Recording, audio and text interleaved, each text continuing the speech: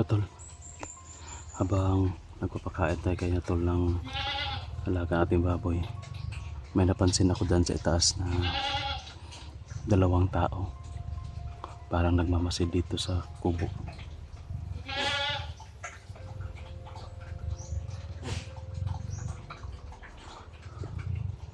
Pero hindi sila dumiretso tol, siguro nagkaano lang kami, nagkasabay lang ba na papunta ako dito sa kubo tapos sila papunta din dito, pero hindi sila dumiretso. Tapos nang parang nakita ko doon tol, tumingin ako doon sa taas, bigla silang lumakad doon pa taas at umalis, pero hindi ako sure kung umalis ba, parang nandyan lang yan sa taas, parang nagmamasid lang yan dyan.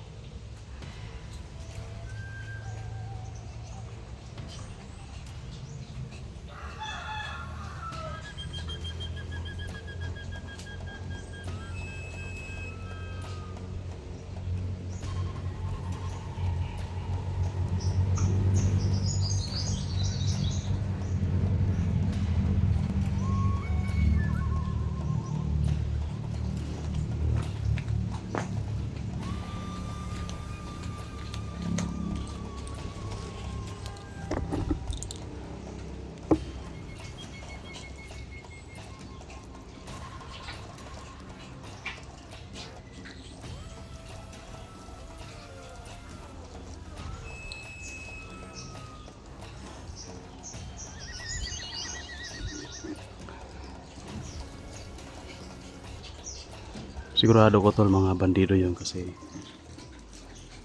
nakaitim na damit at saka nakatakip yung mukha, pero walang dalang mga armas tol. Ako rin hindi na ako nakapagdala ng baril, ito na yung palagi kong dala, punya lang.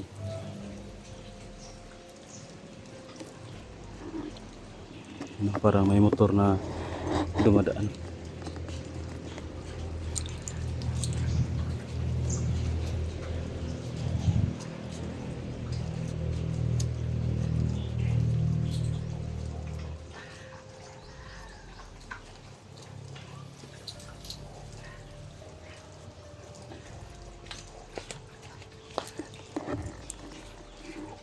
Dumiretso lang yung motor.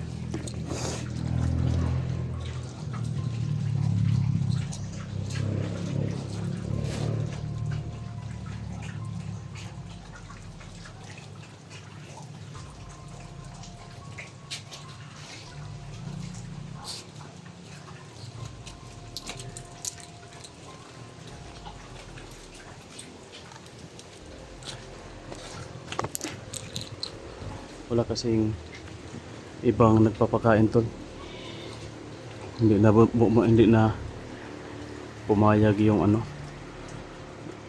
yung pinagbilinan ko nito na magpakain sa alaga.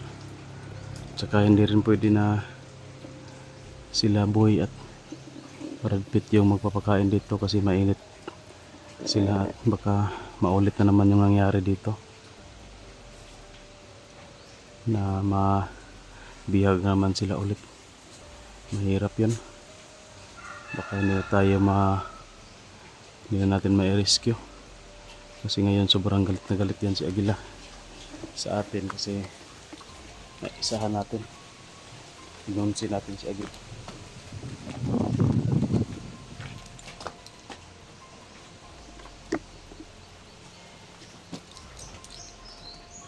Dito lang muna tayo ngayon, tol. Hindi muna tayo aalis dito. Tanghali na, no? Alas 11 na. Kasi alas 11 ko to pinapakain tong alaga natin. May natira pa tayo dyan, tol. Isang inahinin. Sa ano yan? Sa grupo. Sa grupo ng mga farmers. Parang sabi sa pag alimahan lang ba? Alimahan ko lang. Tapos may isa dyan na malaki na. Binayaran na yan. Noong maliit pa kasi bininta natin hanggang maliit pa. At saka may dalawa tayong biik dyan. Medyo malaki na, hindi na biik, malaki na.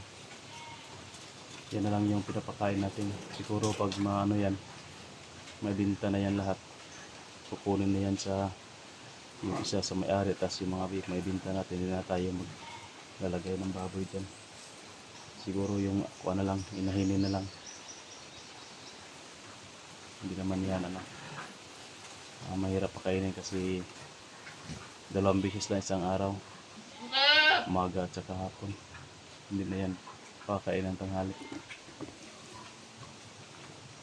So dyan banda, tol, dyan ko sila nakita na lumakad pa itaas. Dyan.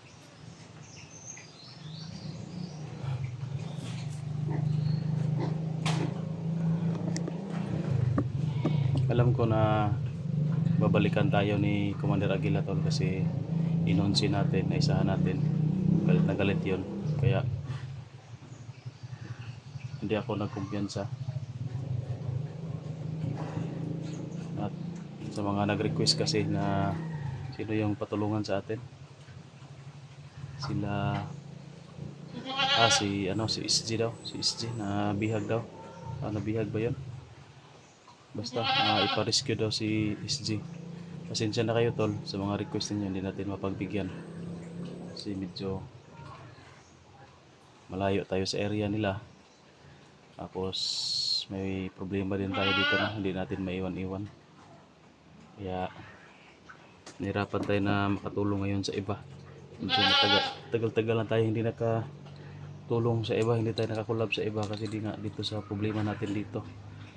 Tapos sila hindi rin naman sila pumupunta dito para makapag-collab sa kanila kasi may kanya-kanyang problema ba. May problema din sila doon sa area, tayo din may problema din tayo dito sa area, kaya hindi tayo makakasama-sama sa kanila. Tapos may kambing pa dito, tolo, sa may-ari ng lupa dito, nilagay pa niya dyan. Hindi niya alam, baka bukas wala na yan. Tapos nasa labas pa yan ng bakod ko, yung bakod na orasyon ko dyan, tol. Dyan lang banda sa may bakod ko din, bakod na kawayan, dyan ko lang nilagay. Tapos yung kambing nasa labas, yan yung mauunang makukuha. Kaya nga panay ako dito, tol, panay pabalik-balik ako dito. Hindi lang ako pumupunta dito tuwing nagpapakain. Minsan kapag bakante ako, pumupunta din ako dito, tol, para mag-check, masid. Anong mga nakaraang araw, tol, medyo masama yung pakiramdam natin. Buti ngayon ay medyo okay na. Pakiramdam ko to nung mga nakaraang araw, parang kinukulam ako. Sobrang sakit ng buong katawan ko. Buti lang ngayon ay naano natin, nawala na. Medyo okay na. Siguro, tol, hindi na ako punta muna doon sa bundok, mag-explore dito muna ako kasi ngayon may nakikita ako parang sila na yung bumaba naman dito. May dalawa tayo nakikita dyan nagmamasid. Hintayin natin yan, baka bababa talaga yan dito. Tsaka baka marami pa yan dyan sa itaas siguro. Sana lang wala si Agila dyan para hindi niya mabuwag yung bako dito, hindi sila makapasok. At sana lang hindi tinuruan ni Agila yung mga ibang commander sa orasyon para mawasak tong bakod natin dito. So yun tol, maraming salamat pala no, sa inyong lahat sa walang samang suporta sa amin. At thank you po sa inyo. Nandyan pa rin kayo. Pasensya na kayo na medyo madalang lang tayo makapag-upload ngayon kasi wala tayong exploration. Tsaka madalang rin tayo makapag-update. Hindi kasi tayo pwede na makapag-video kahit saan-saan, baka masundan tayo ng mga kalaban. Dito, pwede lang dito makapag-video dito kasi ano naman dito, alam naman nila kung saan area ito. Ang ano ko lang dito tol, baka dito na naman sila lulusob yung mga commander. Tapos ako lang yung mag-isa dito. Mga ilang commander yon, si Agila, may right hand siya, si Bagsok, Lingkit, may isa pang dumating si Commander Uwak. Kung apat sila sabay-sabay nalulusob dito tol, kung ako lang mag-isa, baka madali pa nila ako.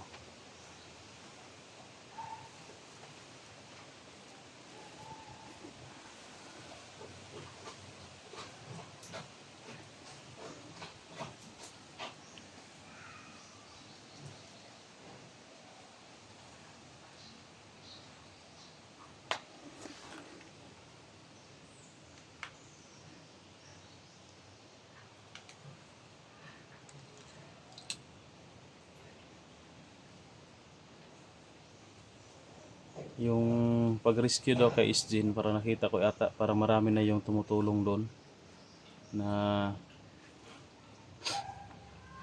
pag-rescue kay Isji Hunter. Tsaka malayo tayo doon tol ng area kila Isji. Parang nakita ko sa mga video nila Kuya Bats, parang Tipugi no, papunta na doon sa nandoon na sa location nila SG. So marami nang tumutulong sa kanya. So no need na tayo doon, hindi na tayo kailangan.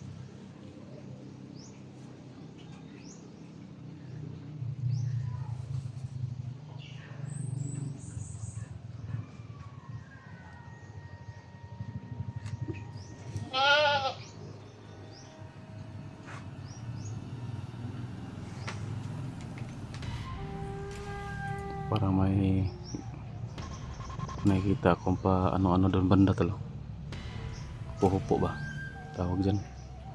Ang tatago.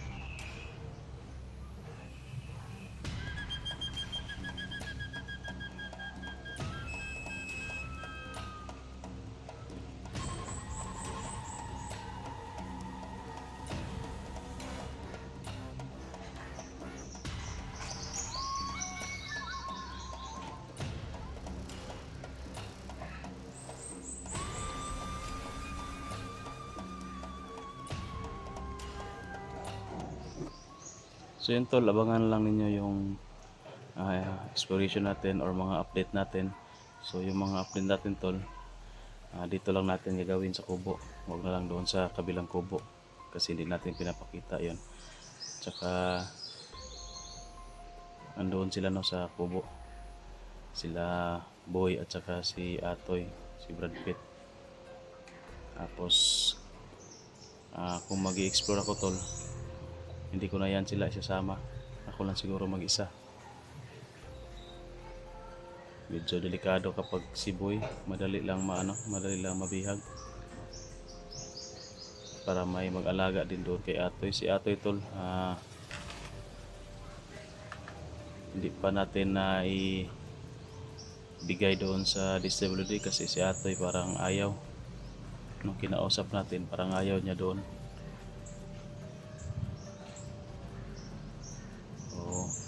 Siguro by next year pag-aaralin natin yan. Tsaka si Brad Pitt nag-aaral naman yan. Tsaka si Boy wala na, lagpas na sa panahon. medyo matanda na, tapos hindi na pwede ka talaga kasi parang hindi ata yan nakapag-kinder. No? So hindi din siya mawawa, no, kasi hindi siya marunong magbasa, hindi marunong magsulat, pero marunong magtagalog. Ah, pero siya na lang siguro yung mag-aalaga kay ano, kay Atoy, no. So suportahan ko na lang sa mga pangangailangan nila. So yun tol, hanggang dito lang yung video natin tol. Pero hindi pa ako alis dito, magmamasid-masid pa ako, baka babalik yung mga tao dyan sa itaas na nakikita natin kanina. Siguro nakita din nila ako kaya umalis, no, at bumalik doon sa itaas. Baka namukhaan nila ako tol, no? Katakot sila sa atin. O yun lang tol sa video natin. Maraming salamat po sa inyong panonood, at God bless tol. Paki-share lang po ng video. Bye bye.